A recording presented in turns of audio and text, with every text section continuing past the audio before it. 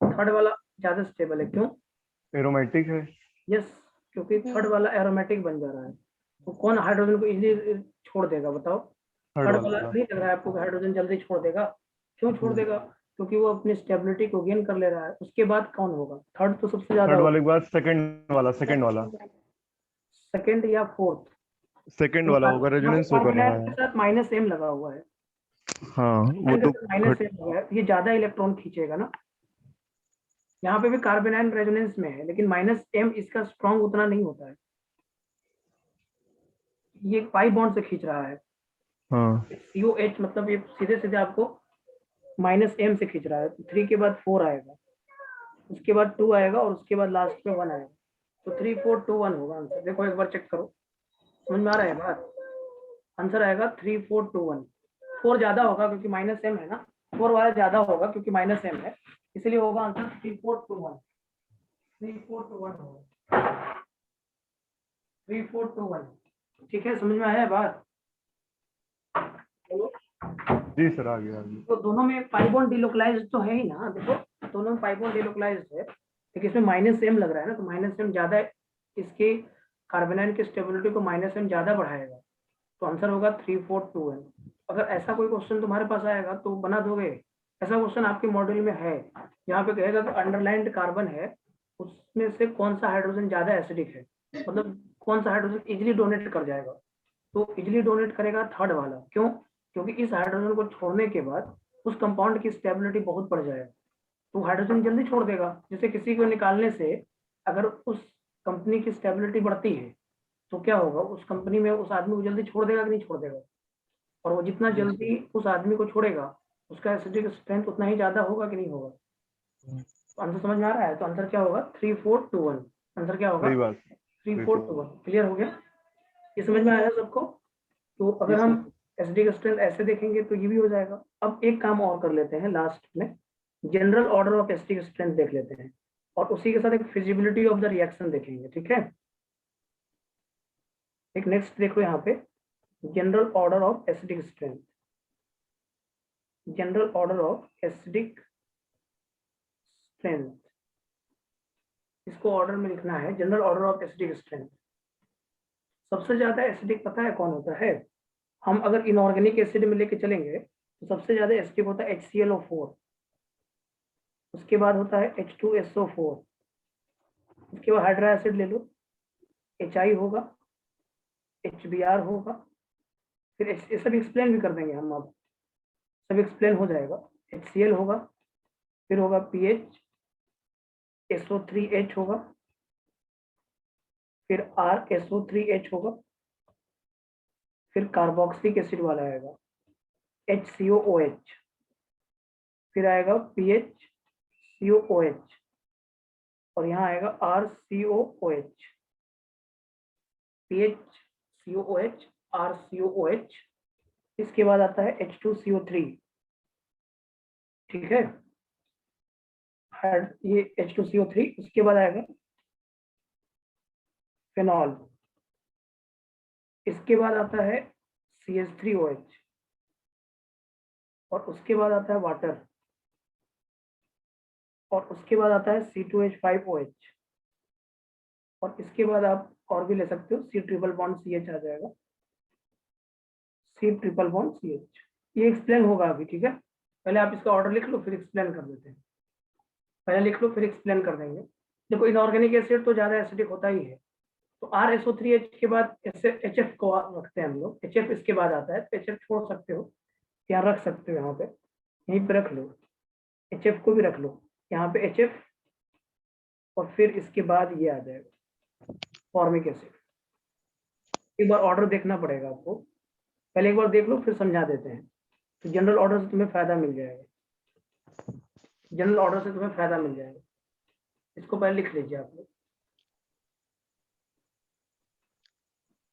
ये तो आप तो कभी याद किए थे कभी ऐसा ऑर्डर?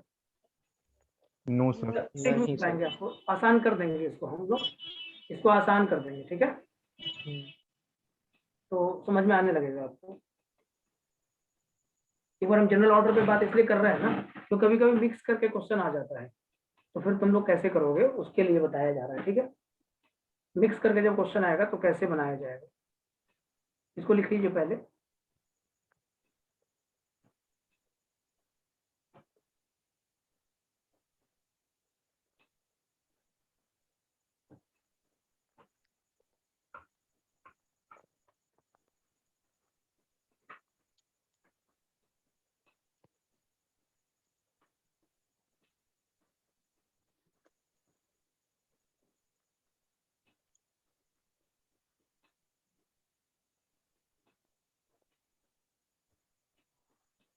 सर स्क्रीन विजुअल नहीं है। अभी आ जाएगा बेटा, अभी देखो आ रहा है। चलो देखो, जनरल ऑर्डर ऑफ एसडी की स्ट्रेंथ पहले लिख लो। लिख लिए? 1 minute.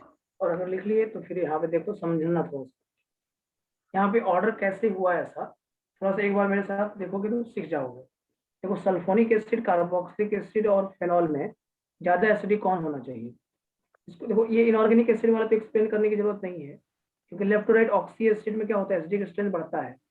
Left to right oxy acid में एसिडिक स्ट्रेंथ बढ़ता है, तो मुझे इसको एक्सप्लेन नहीं करना है, मुझे इनऑर्गेनिक एसिड को एक्सप्लेन नहीं करना है। भाई इनऑर्गेनिक एसिड से हमें क्या लेना देना है अभी, हमें तो मतलब ऑर्गेनिक एसिड से। तो देखो सल्फोनिक एसिड को देखो, सल्फोनिक एसिड को क्या होता है, अगर हम देखें तो सल्फोनिक एसिड मान लो RSO3 माइनस है, RSO3 माइनस है, ठीक है, ये है RSO3 minus conjugate base SO3H का, और इसमें मान लो COO माइनस है, और एक तुम्हारा CHO माइनस है। तो बताओ इन तीनों में कौन सा एनायन स्टेबल है, इन तीनों में ज्यादा स्टेबल कौन है? तो आपके हिसाब से क्या आंसर होना चाहिए, इन तीनों में ज्यादा स्टेबिलिटी किसका है? एक फर्स्ट आपका वाले का।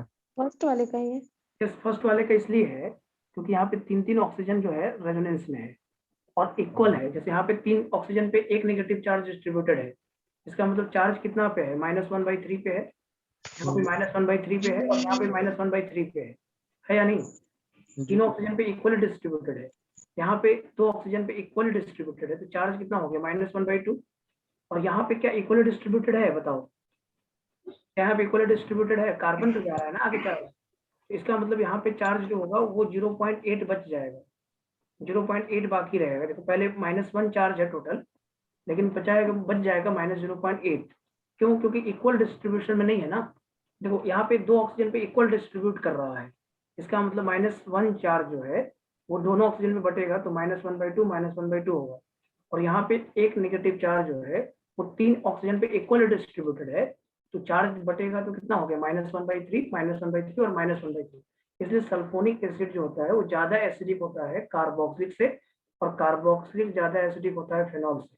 और फेनॉल और अल्कोहल में तुम अगर कंपेयर करोगे तो अल्कोहल में RO माइनस होता है, और इस R का क्या मिलता है, +I, जिसके कारण एसिडिक स्ट्रेंथ क्या हो जाएगा, और कम हो जाएगा कि नहीं हो जाएगा। इसलिए अगर हम जनरल ऑर्डर बना लें, जनरल ऑर्डर एक बना लो, अगर ये क्वेश्चन मिक्स करके आएगा तब general order of acidic strength जो होगा सबसे ज्यादा होगा सल्फोनिक। किसका होगा?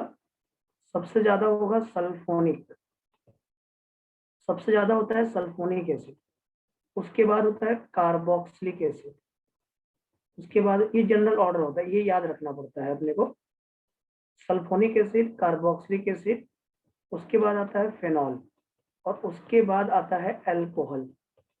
ये ऑर्डर होता है general order of acidic strength. ये है general order of acidic strength. सबसे ज्यादा है सल्फोनिक एसिड, फिर कार्बोक्सिलिक एसिड, फिर फेनॉल, और लास्ट में अल्कोहल होता है। क्या ये ऑर्डर समझ में आ रहा है? जनरल ऑर्डर बोलो तो। Yes sir. सल्फोनिक एसिड सबसे ज्यादा एसिडिक होता है, फिर होता है कार्बोक्सिलिक, फिर होता है फेनॉल, और उसके बाद लास्ट में आता है अल्कोहल। तो sulphonic acid, carboxylic acid, phenol, and then lastly क्या है, अल्कोहल है। ये बात समझ में आ रहा होगा। ये जनरल ऑर्डर होता है। जब क्वेश्चन मिक्स करके आएगा तुम्हारे पास सल्फोनिक भी आएगा, कार्बोक्सिलिक भी आएगा, और फेनॉल भी आएगा। तो आंसर में आपको पहले सल्फोनिक को रखना है, फिर कार्बोक्सिलिक को, फिर फेनॉल को, फिर अल्कोहल को। अब थोड़ा सा बात और समझना है तुम लोगों को, यहाँ पे एक एक्सेप्शन भी है। देखो, अगर तुम्हें एक बात मैं बोलूँ कि मिथेनॉल और वाटर में ज्यादा एसिडिक कौन होगा, छोटा सा एग्जांपल समझाऊं मैं आपको। मैंने बोला कि मिथेनॉल है, वाटर है, ज्यादा एसिडिक कौन होगा? मिथेनॉल और वाटर में ज्यादा एसिडिक कौन होगा बताओगे? तो पहले Yes, कंजुगेट बेस बनाओगे, मिथेनॉल और वाटर में ज्यादा एसिडिक कौन होगा? पहले कंजुगेट बेस बनाओगे O माइनस होगा। तो दोनों का कंजुगेट बेस बनाओ। एक बार कंजुगेट बेस बना के मुझे स्टेबिलिटी बता दो तो मैं आपको इसका एसिडिक स्ट्रेंथ का ऑर्डर बता दूंगा। एक बार आप अपने तरीके से देखो, general order of acidic strength में तो आ ही गया है, लेकिन मिथेनॉल और वाटर में एक बार आप खुद से ट्राई करो। सर इसका CH3O माइनस बनेगा कंजुगेट बेस, हाँ, इसका इसका कंजुगेट OH माइनस बनेगा। H minus. हाँ, तो दोनों में कंजुगेट बेस कौन सा स्टेबल है बताओ? OH माइनस वाला। OH माइनस का। हाँ, OH माइनस वाला। अब यहाँ पे हम्म। OH माइनस ज्यादा स्टेबल है, बात तो एकदम सही है, लेकिन तो एसिडिक स्ट्रेंथ तो वाटर का ज्यादा होना चाहिए मिथेनॉल से, सही बात। होना चाहिए। यहाँ पे एसिडिक स्ट्रेंथ जो होना चाहिए वो वाटर का मिथेनॉल से ज्यादा होना चाहिए, बट होता ऐसा नहीं है, मिथेनॉल का वाटर से ज्यादा होता है एसिडिक स्ट्रेंथ। ये एक्सेप्शन में याद रखना पड़ेगा क्योंकि यहाँ पे के से डिसाइड होता है। ये किस में याद करना है तुम्हें? एक्सेप्शन में।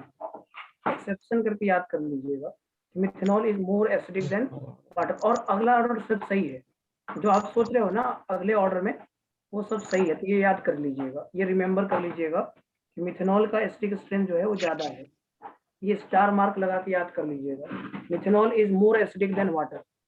इसको क्यों? रिजल्ट ये है कि के जो होता है ना, एक्सपेरिमेंटली ये देखा जाता है कि मिथेनॉल का वाटर से ज्यादा होता है, इसीलिए मिथेनॉल का एसिडिक स्ट्रेंथ वाटर से ज्यादा होगा, इसलिए methanol is more acidic then water. ये बात ध्यान रखने वाली बात है। बात समझ में आया? तो बोलो।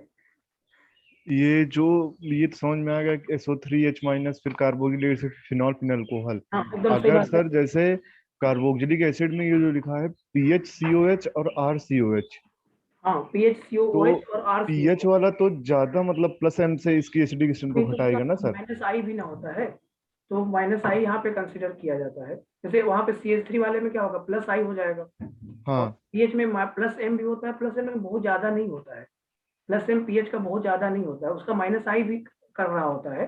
तो दोनों का जब रिजल्ट मिलाया जाता है ना, तो प्लस आई से वो ज्यादा दिखता है। जैसे देखो तुम्हारा जो PHCOOH है ना, देखो यहाँ पे समझना है इसको। दोनों को इसको भी समझा देते हैं तुमको कि देखो PHCOOH है, PHCOH और यहाँ पे मान लो RCOH है, हाँ ठीक है? इसका प्लस आई लग रहा है तुम्हारा, जी तो क्या लग रहा है? प्लस आई। और इसमें दोनों इफेक्ट लग रहा है, प्लस एम भी और माइनस आई भी। लग रहा है नहीं लग रहा है बताओ?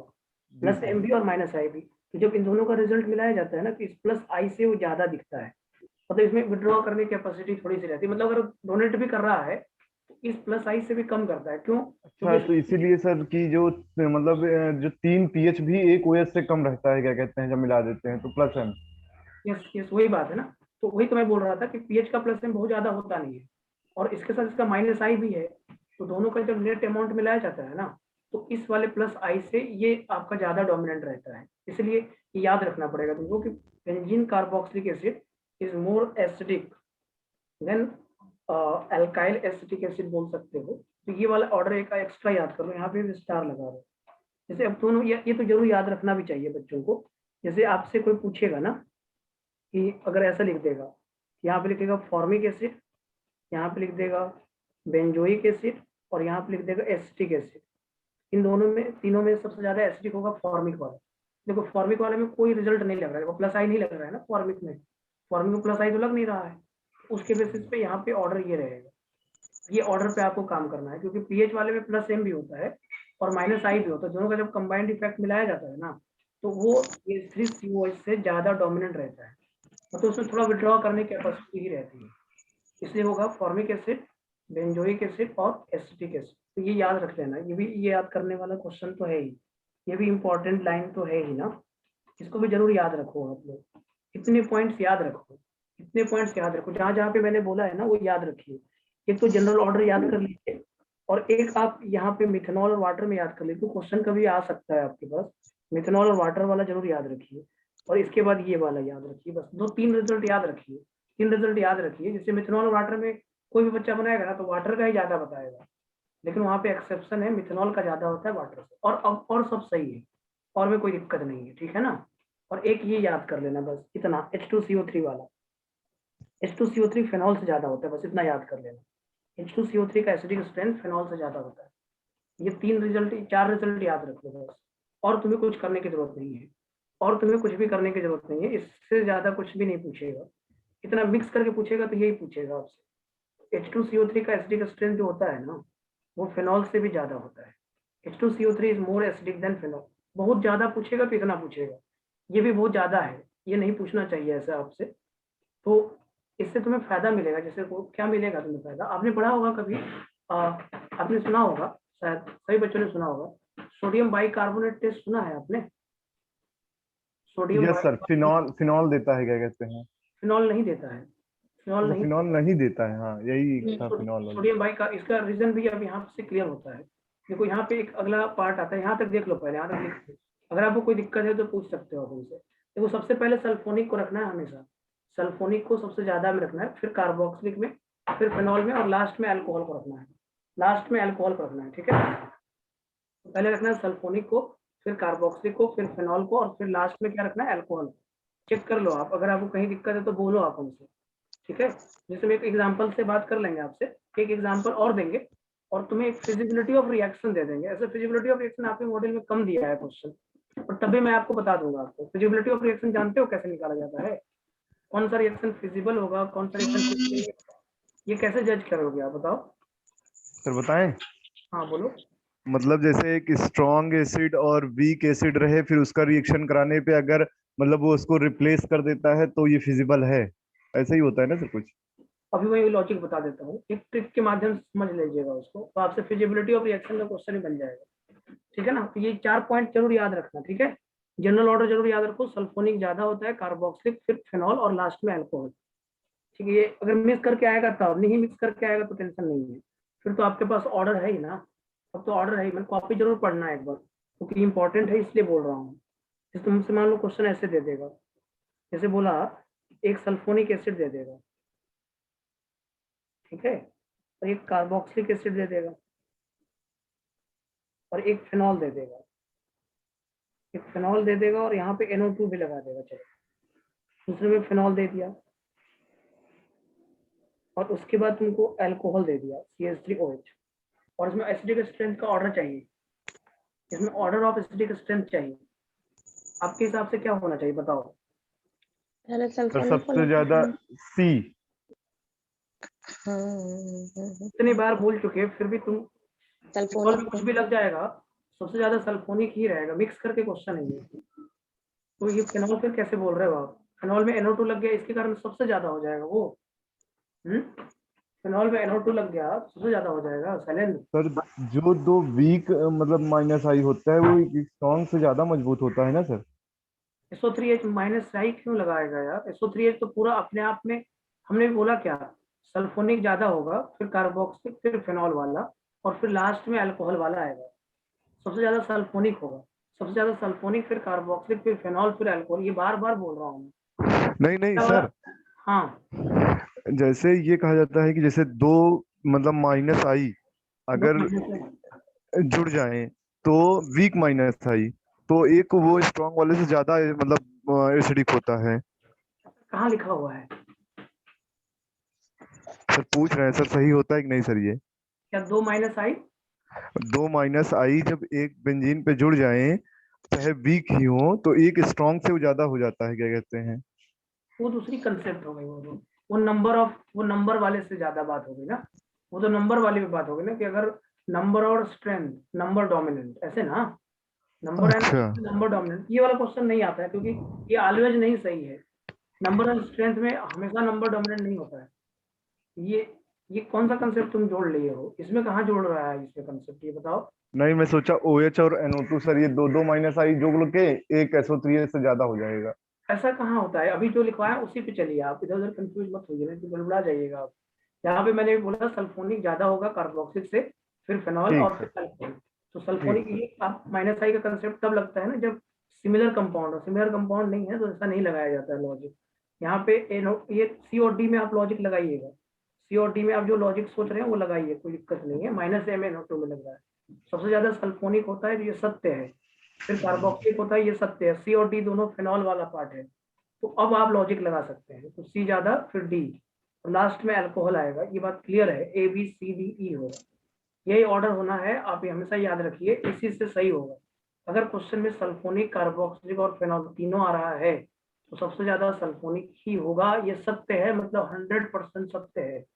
सल्फोनिक सबसे ज्यादा, फिर कार्बो, क्योंकि ऑक्सीजन का जो नेगेटिव चार्ज है ना, वो 3 ऑक्सीजन में डिलोकलाइज होकर 33% चार्ज रह जाता है। 100% 33% बदल गया तो स्टेबल नहीं हो गया।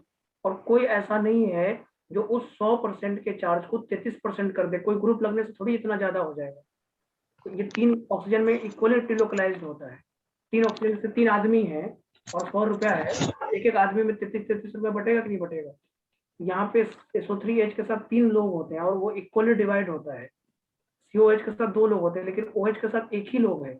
और उसके बाद जो डिस्ट्रीब्यूट है वो कार्बन से, तो इक्वली डिस्ट्रीब्यूटेड नहीं हो, पार्शियली डिस्ट्रीब्यूटेड है। ठीक है ना? तो इसलिए ध्यान रखो, सल्फोनिक सबसे ज्यादा, फिर कार्बोक्सी, और जितने एक्सेप्शन थे वो सब याद कर लीजिए। हमने मार्क कर दिया है पूरा, देखो। तो जनरल ऑर्डर तो हमने बता ही दिया है। साथ में मैंने अल्कोहल और वाटर पे मार्क करा है।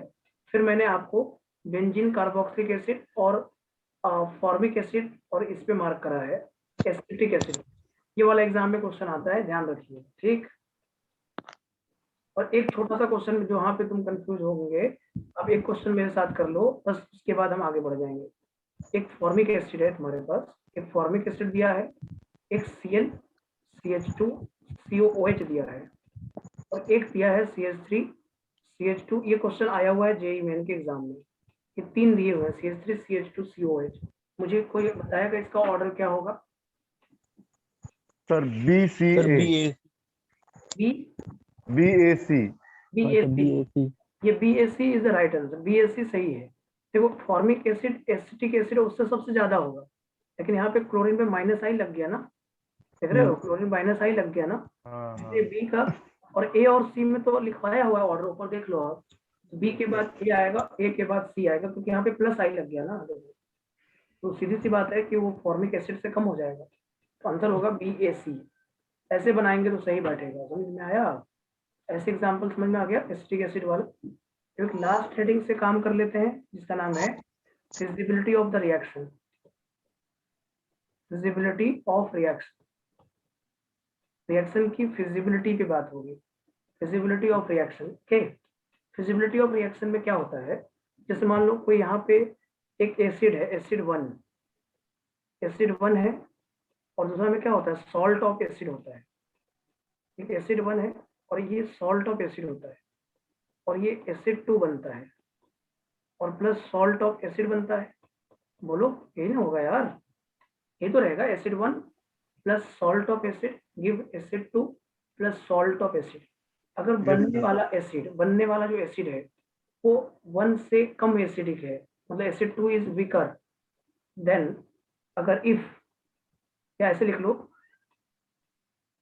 फॉर फिजिबिलिटी ऑफ रिएक्शन, ऐसे लिख लो, for feasibility, for feasibility of reaction. बड़ा अच्छा क्वेश्चन होता है यहाँ से। For feasibility of reaction, acid 2 acid 2 acid 2 is, acid 2 must be, acid 2 must be, या शुड भी लिख लो, acid 2 should be weaker than acid 1। अगर एसिड 2 एसिड 1 से वीकर आ जाएगा तो समझ लेना रिएक्शन फिजिबल है। ये देख लो, यही स्टेटमेंट होता है जिसके बेसिस पे रिएक्शन की फिजिबिलिटी बताई जाती है। रिएक्शन फिजिबल है, जैसे एसिड 1 है तुम्हारे पास एक, और एक सॉल्ट ऑफ एसिड है, ठीक है बेटा, और एसिड 2 बना प्लस सॉल्ट ऑफ एसिड बना। और अगर जो आने वाला एसिड अगर वीकर एसिड है as compare to first acid, salt को मत देखना। कभी कभी बच्चा सॉल्ट देखने लग जाता है, कंफ्यूज हो जाता है, बना नहीं पाएगा कभी वो क्वेश्चन बनाना है तो यही लॉजिक देख लेना पड़ेगा। यही लॉजिक से गलत नहीं होगा। अगर आपने दूसरा कोई लॉजिक लिया तो सब गलत करके आ जाओगे आप, क्योंकि आप कंफ्यूज हो जाओगे सॉल्ट क्या है। सॉल्ट को क्यों देखना है यार, सिर्फ एसिड एसिड देखो ना। और तुम्हें क्या एसिड 1 और एसिड 2 में कंपेयर करना नहीं आएगा कौन एसिड वीक है, ये आएगा कि नहीं आएगा? तुम्हें सॉल्ट देखना ही नहीं, ये क्या है सॉल्ट, उससे क्या लेना देना है आपको। लेकिन जो एसिड है एसिड 1 और एसिड 2, क्या तुम्हें ये नहीं समझ में आएगा कौन सा एसिड वीकर है? आएगा नहीं आएगा बताओ? ये आएगा। आ जाएगा सर, आ जाएगा। अभी थोड़ा सा एग्जांपल से देखते हैं, आप बताइएंगे फिजिबिलिटी ऑफ रिएक्शन, समझाइएगा मुझे। मेरे पास एक फॉर्मिक एसिड है और मैंने इसका रिएक्शन करवाया NaHCO3 से। फॉर्मिक एसिड, इसको थोड़ा और आसान करके ले लेते हैं पहले, नहीं तो आप लोग कंफ्यूज हो जाओगे अभी। ये देखो मैंने इसका रिएक्शन करवाया फेनॉक्साइड आयन से O माइनस Na+। बताइए प्रोडक्ट क्या बनेगा, पहले तो मुझे प्रोडक्ट बताइए, फिर फिजिबिलिटी तो बाद में देख लेंगे। पहले बताइए प्रोडक्ट क्या बनेगा। तो देखो ये सॉल्ट है, ये इधर से H+ ले लेगा तो बनाएगा फेनॉल। बोलो भाई बनाएगा नहीं बनाएगा, फेनॉल बनाएगा ना। और यहाँ पे HCO माइनस Na+, रिप्लेस हो गया रिएक्शन, यहाँ पे H+ इसके पास चला गया और ये सॉल्ट कहाँ गया, एक होगा। देखो acid 1 plus salt of acid, acid 2 बनाएगा और उस एसिड 1 का सॉल्ट बनाएगा, बनेगा ना। Yes sir. तो ये तो क्लियर है ना, देखो कोई भी बात तो एकदम क्लियर है। फॉर्मिक एसिड और फेनॉक्साइड मिलके फेनॉल प्लस फॉर्मेट आयन बनाएगा। अब बताओ इन दोनों में वीकर कौन है, एसिड क्वालिटी देखना है, सॉल्ट मत देखिए। Phenol phenol. ये वाला देखो, ये वाला एसिड है और एक ये एसिड है। अब इन दोनों में वीकर है फेनॉल, और फेनॉल अगर वीकर है इन दोनों से, ये वीक एसिड है, इसका मतलब रिएक्शन कैसा है, फिजिबल है या नॉट फिजिबल है। फिजिबल है। यस रिएक्शन फिजिबल हो गया। देखो कितना आसानी से लाइन आ गया। और कोई बच्चा इसी में कंफ्यूज होकर घूमते रहेगा, वो क्या करेगा, फेनॉक्साइड देखने लगेगा, कुछ कुछ तोड़ने लगेगा, फिर देखेगा होगा नहीं होगा, तो बच्चा नहीं बना पाएगा क्वेश्चन फिर। ठीक है, जी सर। अभी देखो एक क्वेश्चन और देखते हैं। जैसे मान लो लिखा है CH3COOH, CH3COOH, और यहाँ लिखा है आपका, यहाँ पे लिखा है SO3 minus Na+, SO3 minus Na+, reaction बताइए क्या बनेगा। सर फिर SO3H मतलब सल्फोनिक एसिड। SO3H हो जाएगा, CONA उधर हो जाएगा। SO3H हो जाएगा ये। हाँ, और CH3CONA। CONA उधर हो जाएगा। अब मुझे दोनों बताओ कौन सा एसिड वीक है, देखो लाइन करो। Not feasible, not feasible. ये एक एसिड है एसिडिक, और ये सल्फोनिक, सल्फोनिक ज्यादा एसिडिक होता है। और ये बना क्या आपका स्ट्रॉन्ग एसिड, इसका मतलब नॉट फिजिबल। बनने वाला प्रोडक्ट जब भी होना चाहिए तो वीक होना चाहिए, और अगर बनने वाला एसिड वीक नहीं है, स्ट्रॉन्ग है, तो फिजिबल नहीं होता है रिएक्शन फिजिबल नहीं होता है। बात समझ में आ रहा है। यस। इससे लॉजिक सही बन जाता है, गलत नहीं होगा इससे आपको। देखो फेनॉल वाला देखो तुम थोड़ा सा, फेनॉल देखो, फेनॉल और इसके साथ सोडियम बाइकार्बोनेट का रिएक्शन करवाओ, यानी इसको सोडियम बाइकार्बोनेट टेस्ट बोलते हैं। बताओ क्या बनेगा। Sir O minus Na+। हाँ Na नहीं यार, H2CO3। हाँ H2CO3 उधर हाँ मिलेगा। और ऊपर Na बेंजीन इधर से O ऊपर आता माइनस है। Na+। वही अब इन दोनों एसिड में कौन स्ट्रॉन्ग है, फिनॉल। फिनॉल। फिनॉल स्ट्रॉन्ग है कि H2CO3? No sir, H2SO3 strong है। H2CO3 अभी टेबल में देखिएगा तो हमने याद करने के लिए बोला है कि H2CO3 और फिनॉल याद कर लो, तो ये स्ट्रॉन्ग एसिड है, इसलिए फिनॉल बाइकार्बोनेट टेस्ट नहीं देता है, नॉट फिजिबल है ये। इसलिए फिनॉल सोडियम बाइकार्बोनेट टेस्ट नहीं देता है, ये नॉट फिजिबल है। देख रहे हो आप।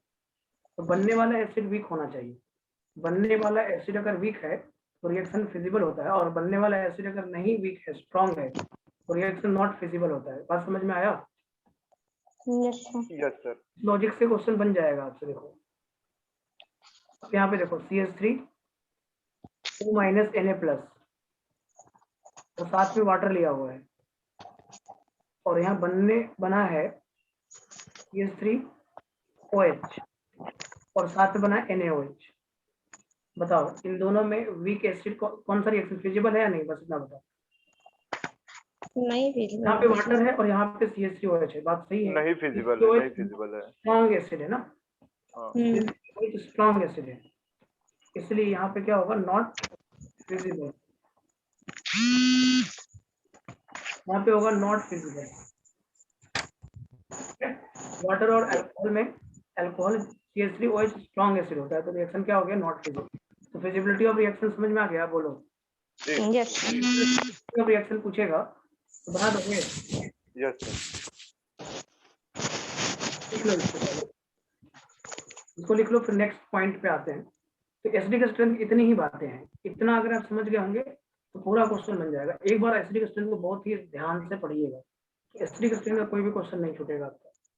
ठीक है, पूरी कहानी मैंने बता दी है, जितना एसिडिक स्ट्रेंथ में हो सकता था वो सब कुछ आपको बताया गया है। तो आप अगर क्वेश्चन बनाओगे तो आराम से बन जाएगा। ठीक है, ओके, बोलो। Yes sir, yes sir. किसी को कोई प्रॉब्लम है? No sir. No sir. Next heading दो, बेसिक स्ट्रेंथ। जितने वैरायटी का क्वेश्चन था सब करा दिए हैं। अब टाइम थोड़ा सा कम पड़ जाता है ना, तो और भी बात बताते हैं, लेकिन अब जरूरत नहीं है, प्रैक्टिस इतना ज्यादा है, बहुत है। बेसिक स्ट्रेंथ पे आते हैं। बेसिक स्ट्रेंथ में क्या होता है? बेसिक स्ट्रेंथ को पहले सीखो मेरे साथ। बेसिक स्ट्रेंथ में मान लो, जैसे मान लो लिखा है NH3 लिखा है, और इसमें H+ जब लेगा तो क्या बनाएगा? ये NH4+ है या नहीं? तो बेसिक स्ट्रेंथ का मतलब क्या हुआ? अगर इसका Kb लिखोगे तो क्या लिखोगे? अगर इसका Kb लिखेंगे तो लिखेंगे NH4+ कंसंट्रेशन, और नीचे क्या आएगा? अमोनिया का concentration into H+ concentration, ammonia concentration into H+ concentration. ये Kb होगा कि नहीं होगा? बोलो। Kb Yes, sir. तो Kb पे डिपेंड कर रहा है। देखो, basic strength directly proportional to, basic strength जो है वो डायरेक्टली प्रोपोर्शनल टू क्या है? Kb है। इनवर्सली प्रोपोर्शनल टू क्या होगा? Pkb होगा। इनवर्सली प्रोपोर्शनल टू H+ है, डायरेक्टली प्रोपोर्शनल टू क्या होगा? पीएच होगा। ठीक है ना? ये बात तो समझ में आ रहा होगा। अगर तुमसे Yes. कभी भी कोई Pkb पूछेगा ना, तो बेसिक स्ट्रेंथ का उल्टा कर देना। कोई भी आपसे Pkb पूछेगा तो क्या करना? बेसिक स्ट्रेंथ निकाल के उसको उल्टा ऑर्डर ले देना, तो Pkb हो जाएगा, और Kb का ऑर्डर बेसिक स्ट्रेंथ का ऑर्डर होगा। और एक बेसिक चीज जो आपको समझना है, बेसिक स्ट्रेंथ जो होगा, जो बेसिक स्ट्रेंथ होगा वो किसके डायरेक्टली प्रोपोर्शनल होगा? स्टेबिलिटी ऑफ कंजुगेट एसिड का ना। ये कंजुगेट एसिड बन रहा है, देखो ये क्या बन रहा है? NH4+ जो है वो क्या बन रहा है? Conjugate acid. Acid. Yes, sir. Conjugate acid. तो आपको क्या लगता है कि बेसिक स्ट्रेंथ कंजुगेट एसिड के क्या होना चाहिए? डायरेक्टली प्रोपोर्शनल है या नहीं? कंजुगेट एसिड के डायरेक्टली प्रोपोर्शनल होना चाहिए, नहीं होना चाहिए? Basic Yes, sir. Strength directly proportional to conjugate acid, basic strength directly proportional to conjugate acid. Is it clear और नॉट? Yes, sir. ये बात समझ में आ रहा है? Basic strength directly proportional to Kb, inversely Pkb, और ये वाला कंजुगेट एसिड के डायरेक्टली प्रोपोर्शनल। जो कंजुगेट एसिड जितना स्टेबल बनेगा, बेसिक स्ट्रेंथ उसका उतना ही ज्यादा होगा। एक बहुत बेसिक कंसेप्ट जो मैं देने जा रहा हूँ आपको, उससे बेसिक होगा, जिसके कारण सभी क्वेश्चन बन जाएगा। वो ये है कि बेसिक स्ट्रेंथ जो होता है वो डायरेक्टली प्रोपोर्शनल होता है। क्या ऐसा लिखना चाहिए होगा? Electron density on donor atom, electron density on electron density on donor atom. Basic strength वो ज्यादा अच्छा होगा जिसके पास पैसा ज्यादा होगा। Electron density on donor atom. क्या ये बात सही है? बोलो तो। क्योंकि H+ को कौन लेगा? जिसके पास पैसा होगा। किसी गरीब को आपको रखना है तो आपके पास पैसा होना चाहिए ना, कि H+ को आप ऐसे ही एक्सेप्ट कर लोगे। H+ के पास पैसा नहीं, वो गरीब है, H+ गरीब है, तो गरीब को कोई सहारा कौन दे सकता है? अमीर ही दे सकता है ना। और जो जितना ज्यादा अमीर होगा उतना अच्छे से उसको सहारा दे सकता है या नहीं? तो अमीर चाहिए। बेसिक स्ट्रेंथ का मतलब अमीर होता है। बेसिक स्ट्रेंथ वो होता है जो अमीर ज्यादा हो, उसका बेसिक स्ट्रेंथ ज्यादा होता है। तो basic strength directly proportional to अमीरी, रिच नहीं, रिच पर्सन से बेसिक स्ट्रेंथ निकलता है। मतलब अमीर को बोलते हैं बेसिक स्ट्रेंथ ज्यादा अच्छा है। अब लिख सकते हो, जो जितना ज्यादा अमीर वो उतना अच्छा बेस, जो जितना ज्यादा अमीर वो उतना अच्छा बेस, लिख सकते हो आप। इससे क्या होता है? आपको लॉजिक मिल जाएगा। तो ये अमीर से मतलब है इसका, अमीर। अमीर का मतलब होता है रिच, रिच पर्सन। तो अमीर जितना ज्यादा उतना ज्यादा basic strength. Basic strength directly proportional to rich है या नहीं? अमीरी, उसको बोलते हैं अमीरी। बोलो, समझ में आ रहा है बात? तो आपको क्या देखना है? अमीर देखना है। अमीर बोलते हैं ना, अमीर गरीब, यही दो तो लॉजिक ही होता है पूरे ऑर्गेनिक केमिस्ट्री में। दो ही लॉजिक तो है, एक अमीर है, एक गरीब है। गरीब और अमीर की पूरी कहानी ऑर्गेनिक केमिस्ट्री में चलता है। तो बेसिक स्ट्रेंथ का मतलब सिर्फ अमीर देखना है आपको। और अगर आपने अमीर देखना सीख लिया तो बेसिक स्ट्रेंथ देखना सीख लिया बस। और अमीर कैसे देखा जाता है? अमीर देखा जाता है पैसे से, पैसे से ही अमीर देखा जाता है ना। और इस ऑर्गेनिक केमिस्ट्री में पैसा क्या है? इलेक्ट्रॉन है। जितना ज्यादा उसमें इलेक्ट्रॉन होगा उतना ज्यादा उसमें पैसा है या नहीं? तो क्या लगता है तुमको, बेसिक स्ट्रेंथ कौन बढ़ाएगा? ERG या EWG? ERG। सीधी सी बात मिल गई कि नहीं मिल गई? देखो, अमीर बढ़ाता कौन है? Electron racing group increases basic strength. तो यहाँ पे एक पॉइंट मिल गया, देखो ये इसी से पूरा क्वेश्चन हो जाता है। एक ही पॉइंट है कि basic strength directly proportional two electron density on donor atom. जिस डोनर एटम की इलेक्ट्रॉन डेंसिटी ज्यादा है उसका बेसिक स्ट्रेंथ ज्यादा है, और बेसिक स्ट्रेंथ का मतलब अमीर से है। तो यहाँ पे आप ये लॉजिक लगा सकते हो, basic strength increases electron releasing group increases basic strength, ये लिख सकते हो। और ये लॉजिक एकदम सही भी है। Electron releasing group plus M plus I hyperconjugation increases the basic strength, increases the basic strength, and electron withdrawing group minus A minus I decreases the basic strength, decreases the basic strength, decreases the basic strength। तो plus M plus I hyperconjugation basic strength को बढ़ा देगा, और minus M minus आई क्या करेगा, basic strength घटा देगा। समझ में आया लॉजिक? Yes sir. क्लियर हो गया? तो बेसिक स्ट्रेंथ कौन घटाएगा और कौन बढ़ाएगा, ये बात एकदम आराम से क्लियर हो जाता है बच्चों को, कहीं दिक्कत नहीं है, आसानी से आप क्वेश्चन को बना सकते हो। तो ERG जो है बेसिक स्ट्रेंथ को बढ़ाता है, और EWG जो है वो बेसिक स्ट्रेंथ को घटाता है। ठीक है, चलो अब थोड़ा सा बात कर लेते हैं इन पीरियड में बेसिक स्ट्रेंथ का क्या ऑर्डर होगा। Basic strength in periodic table heading दो। देखो इतना ही से क्वेश्चन बन जाता है। देखो बेसिक चीजें अगर आपको तुम्हें ठीक है ना, तो अपना दिमाग लगाया जा सकता है, और कुछ पॉइंट आएगा वो तो हम लिखवा ही देंगे आपको। तो दिमाग लगाने का तरीका यही होता है कि बेसिक स्ट्रेंथ का मतलब अमीर देखना है, और जो जितना अमीर होगा वो उतना अच्छा बेस होता है। ठीक है, चलो basic strength in periodic table देखते हैं।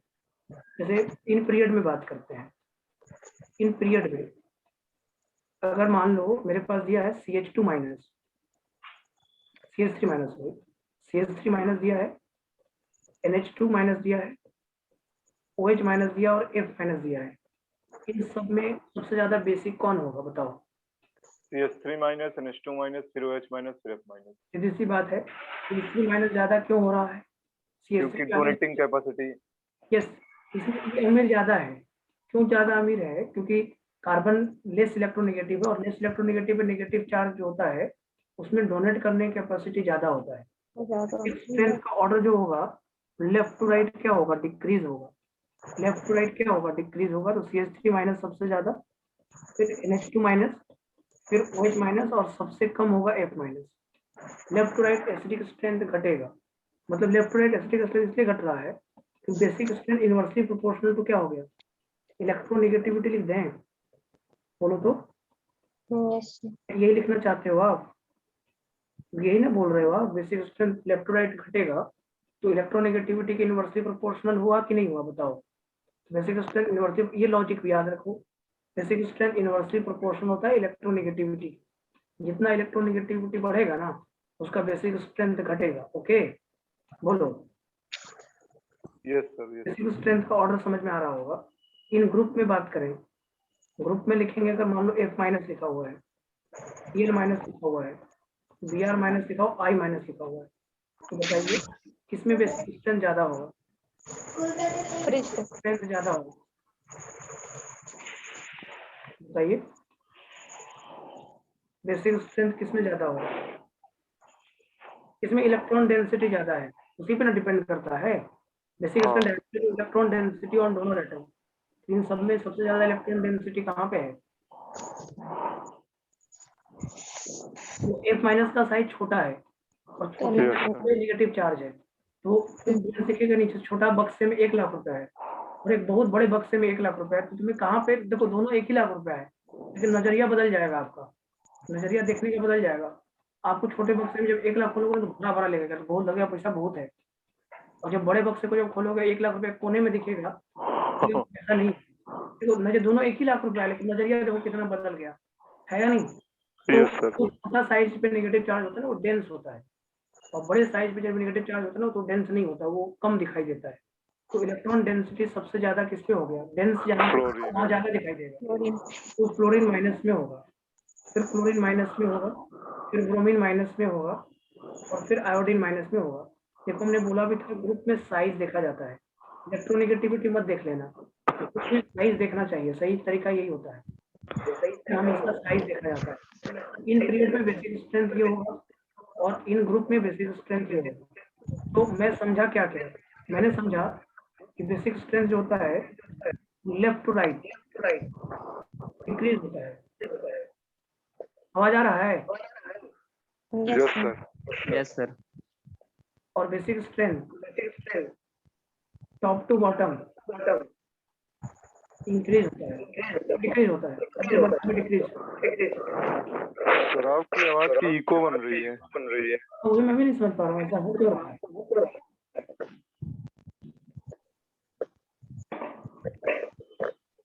Hello, Yes, sir. करता है।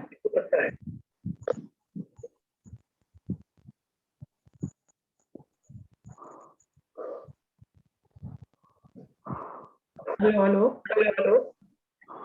ऐसा कैसे हो सकता है? Sir, echo है बड़ा।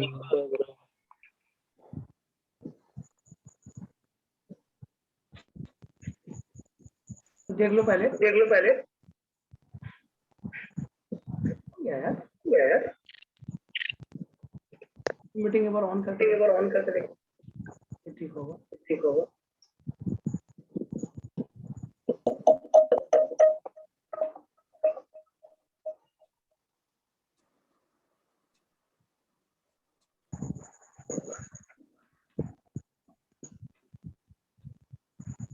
हेलो सर एक बार लीव मीटिंग करके फिर से आइए। अब देखो आ रहा है सही? नहीं आ रहा है। सर मेरे फोन में तो सही से आ रहा है। ये सब टेक्नोलॉजी का नहीं सर, गड़बड़ है। क्या करें फिर इसको बंद कर दो। यस हाँ, सर, फिर सर, से अभी ज्वाइन बंद कर। उसका उपाय है तुम नहीं होंगे। अरे यार ओहो।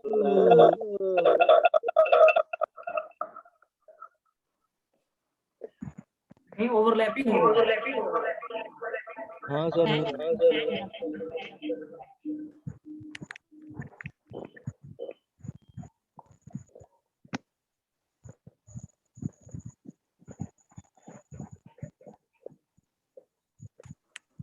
नहीं ओवरलैपिंग सर आप चाहे तो मीटिंग कैंसिल कर देंगे, हम लोग फिर से रिजॉइन कर लेंगे।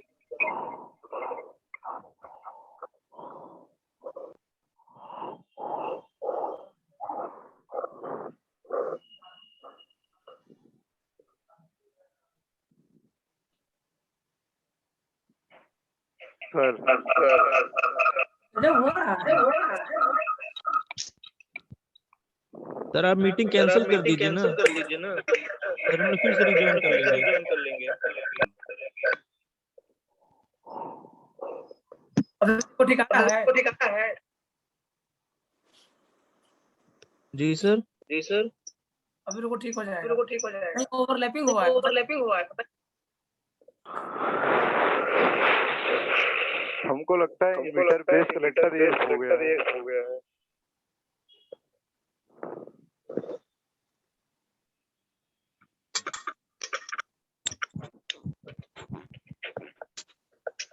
सर आप डिस्कनेक्ट होइए।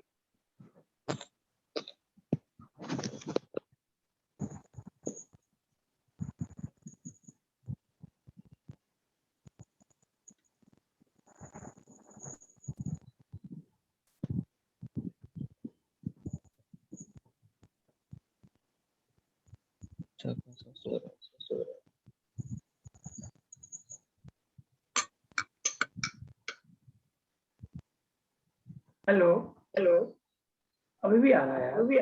यस सर, अभी भी ऐसा हो कैसे सकता है?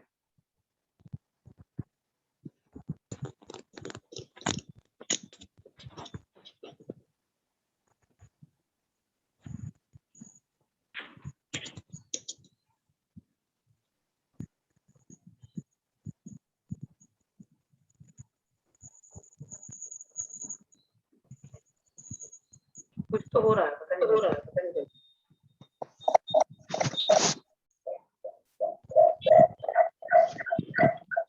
नेटवर्क इशू होगा सर।